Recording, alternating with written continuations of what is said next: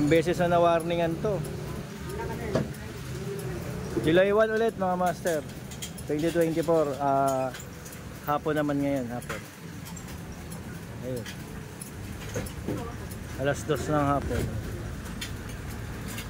Nagki-clearing naman dito sa may Sande o N. Zamora ng District 1.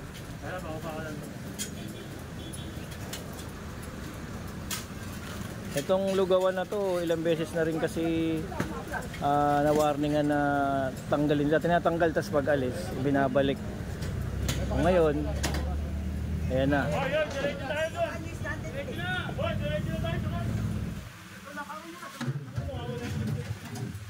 Ito ulit ang clearing Sunday, oh. Naalala nyo yung clearing dito ng mga stainless? Dito rin yun.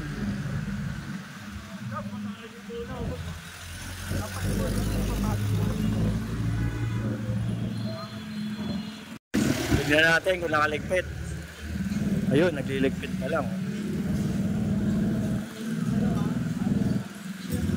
Eto, lagi na lang nakukuha to. Ayan, sila na naman. Sila talaga sila gumagawa sa kalsada. Dito talaga sila nagtatrabaho. Hindi kasya sa loob, oh. Dami kasing laman.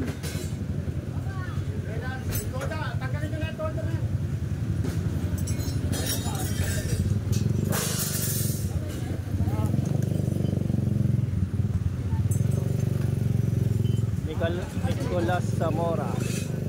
Yeah guys, so, ayun, sinira na yung lona.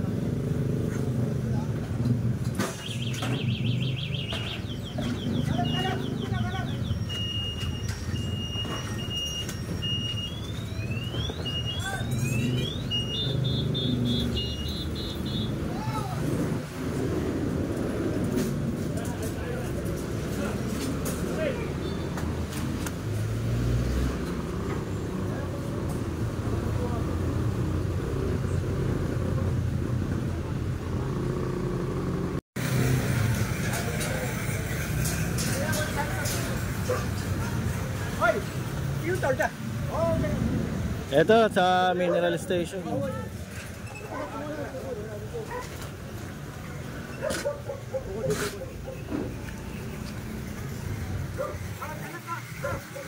Ito yung sidecar nakuha, oh.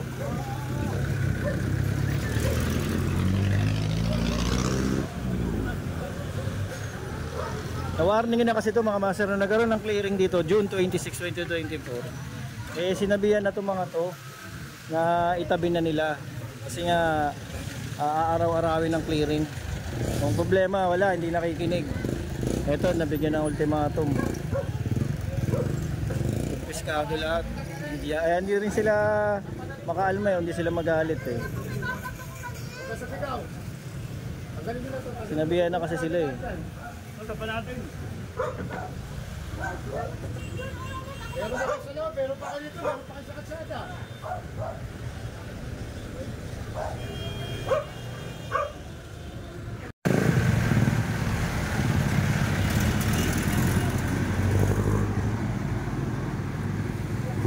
O ito, ipasay nyo.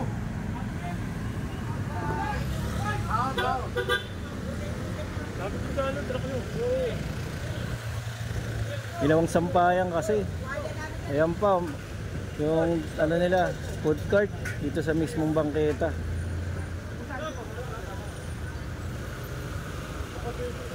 Nagulat ata yung may-ari.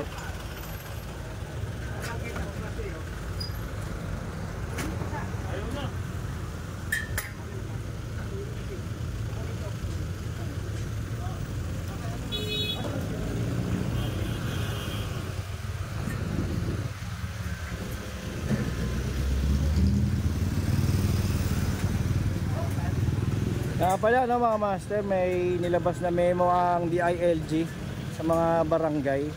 Nagbaba sila ng memo ukol sa clearing operation o din sa kailangan nila kasing sumunod sa ano, sa batas na kailangan yung nasasakupan niyang barangay linisin niya, alisin niya yung mga obstruction. Kung hindi, makakasuhan yung chairman mga master. Delikado talaga. Kaya puspusan ng pagkiklearing pati sa loob ng barangay. Kailangan pati mga looban malinis na malinis. Hindi pwedeng ano, kasi pupunta yung DILG mag-inspection after ng clearing na ganito. Titignan nila kung sumunod yung barangay chairman.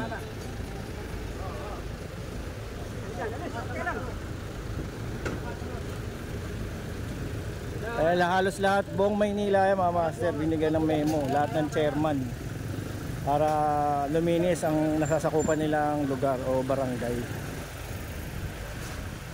Kaya kaninang umaga MTPB naman na nag-clearing dito sa Mesande saka Wanluna para sa mga sasakyan naman, mga motor na illegally parking.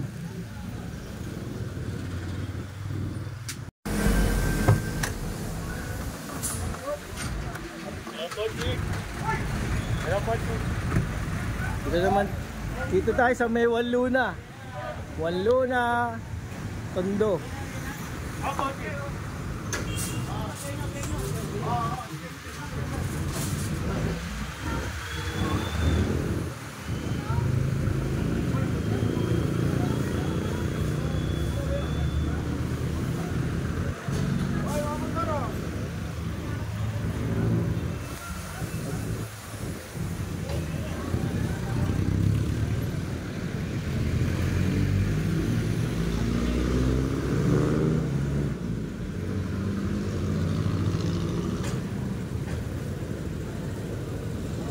Ito yung na-clearing nung June 26 din.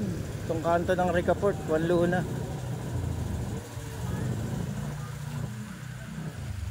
Andito na naman sila.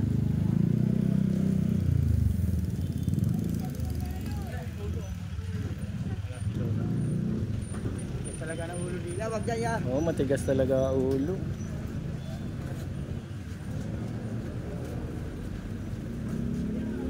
Dahil pasaway. Hek, hek.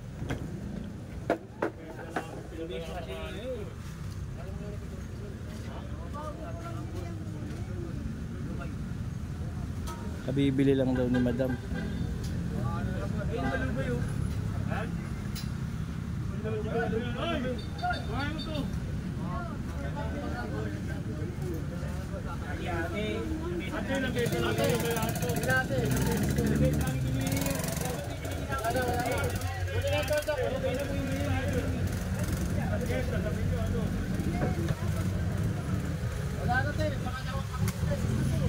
Oo, ilang beses na rin kasi ito nasabihan.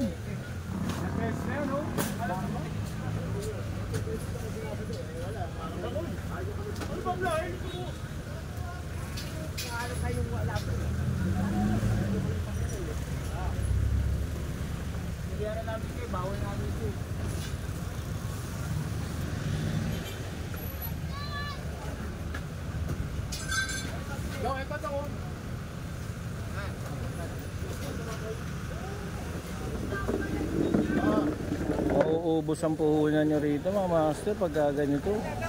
Pag nakuha, bibili kayong bagong lona. Tapos makiklearing ulit, bibili ulit. Paulit-ulit nga naman. O dito, ba't dito kumakain sa labas to? Ay naku, kumakain ng pares to. Tumakbo. Naiiwan sila. Nasaan nagtitinda? Tumayas na. Naiiwan sila.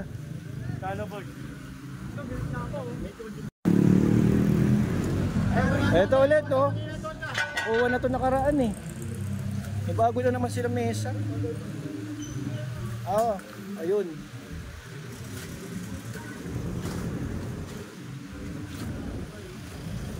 Ayun, meron na naman nakatira oh. Kakagiba lang, bilis na gumawa oh.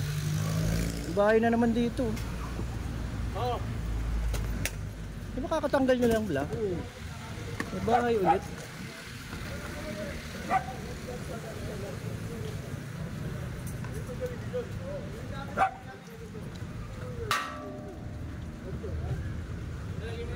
Bro, paano ba yan?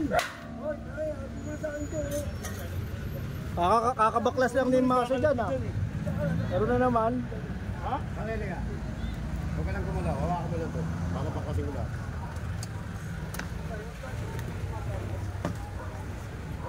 Balik-balik ka lang, sir. Dami agad laman ng truck, oh.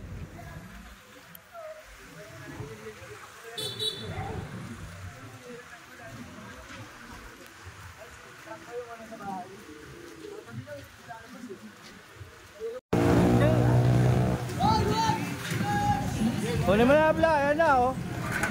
Na-warningan na yan dati, mga master. Ayan na. Hindi rin nakikinig.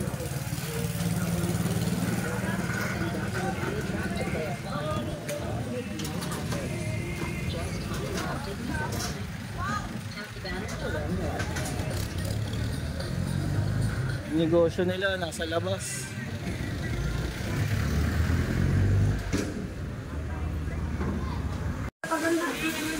Bawal to eh. Ito yung trapal sa bakery. Para hindi mainitan, nilagay nila dito. Kanya naman nasa bangketa pa. Ang taas. Pinunit na lang.